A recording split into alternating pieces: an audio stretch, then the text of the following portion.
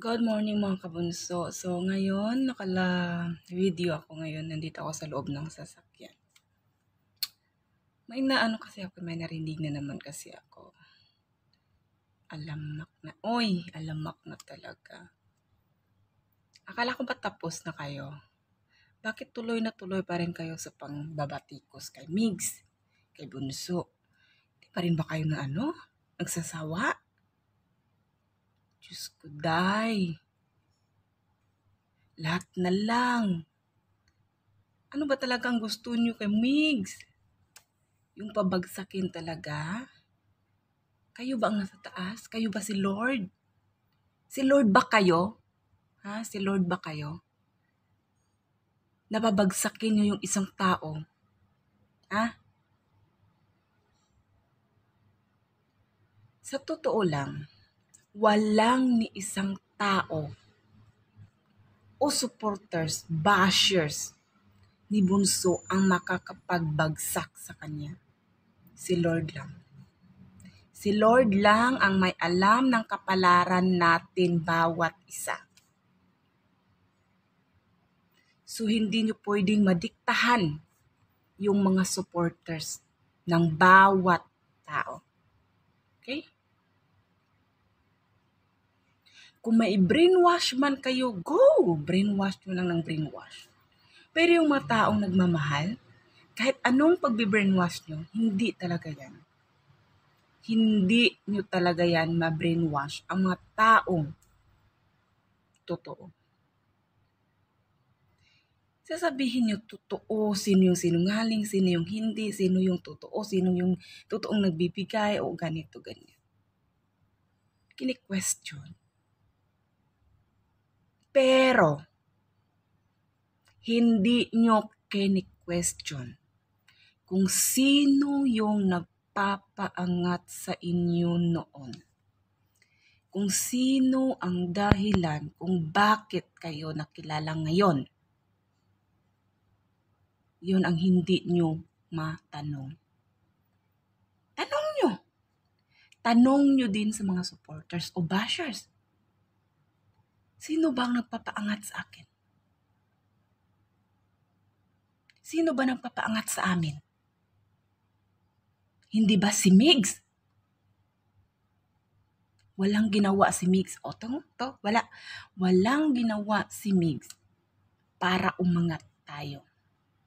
Pero, ang supporters ni Migs ang gumawa para ipaangat din tayo. Dahil, bakit? Dahil supporters din sila ni Migs. Kaya sinusuportahan tayo.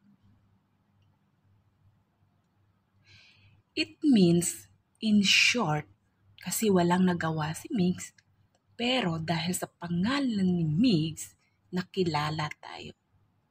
Yun lang. Very simple question. Wala pa rin kayo? Hindi pa rin kayo tapos? Tuloy pa rin kayo? Sa paninira kay Migs na wala man namang ginagawa. Subo, bakla man si Migs o ano dyan sila, wala tayong karapatan sa pagkatao niya, wala.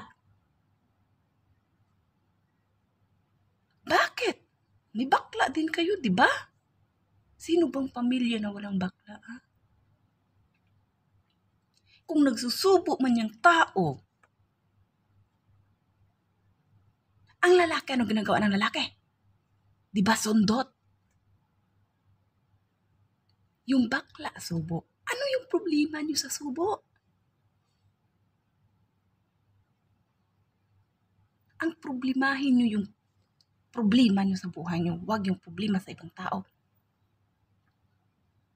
Gigigil na kayo. Hindi niyo pa rin tigilan si Migs. Alam niyo ang problema sa inyo, nilalagay niyo yung isip niyo sa mga supporters ni Migs. Hindi niyo hawak yung isip ng mga tao. Hindi niyo hawak yung isip ng bawat supporters. Kung may masabi man sila sa inyo, sa atin, or ano, don't mind them. Kasi wala naman sinasabi si Migs eh. Kung ngayon, nagdi-defend man si Migs sa sarili niya, o sinasagot niyo yung mga pabarang sa kanya ng mga bashers. Ano pakialam niyo? Kayo nga! Pinapatulan niyo, di ba? Ngayon gusto ni Mix patulan. Question? High blood kayo? Alam niyo, please lang patahimikin niyo naman yung isa. Kahit yun lang. Tahimikin niyo. Para kayong mga patay. Para kayong mga patay na hindi niyo pinapatahimik. Pero yung isa wala namang ginagawa. At tingnan mo, ang daming mga project na umaabang sa kanya dahil sa mga paninira ninyo. Sige lang, go. Yan naman mapala ninyo, di ba? Pang-brainwash, ganito, ganyan. O sige, brainwash ka ng brainwash.